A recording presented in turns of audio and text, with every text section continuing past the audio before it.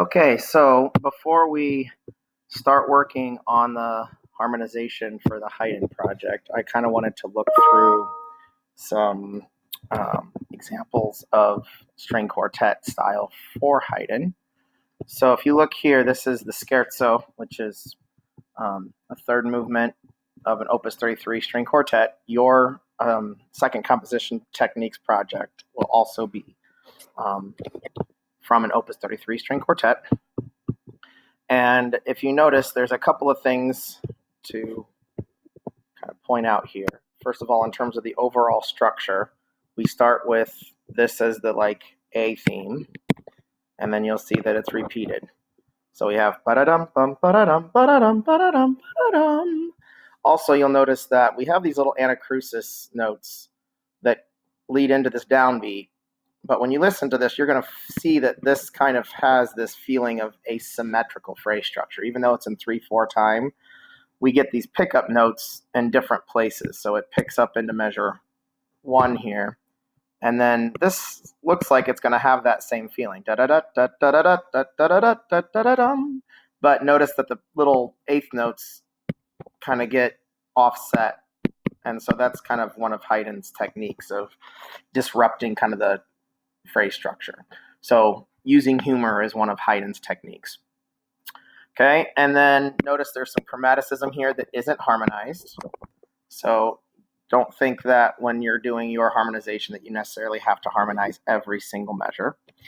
Also, notice that that A is repeated. So we get this overall structure of here's the A, and then it's repeated. Then we have this B section here, which has this new theme. And again, starts with just kind of this homophonic chord structure below it, and then it goes with these parallel eighth notes below it. Then you'll notice that we go back to this this A theme again. And then we have all of that repeated. So we have A repeated, then we have B back to A, and then all of that is repeated. And that is an example of rounded binary form. So that is a very typical structure for movement 3 of a string quartet by Haydn. Okay, so I'm going to go ahead and have you listen to this and follow along in the score so you kind of get the feel of Haydn's techniques.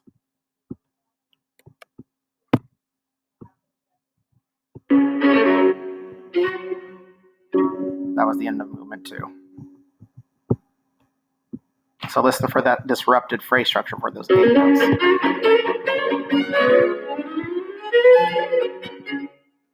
There's that little pause there for comedic effect. And here's the B section. And back to the A.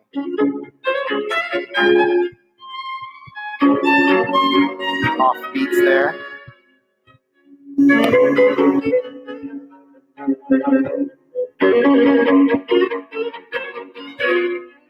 does go back to the A there temporarily. And then it repeats all of it again.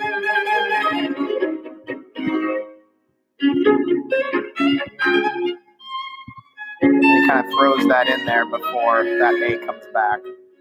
So it's like a modified rounded binary, again, for humorous effect. There's expanded phrase expansion there.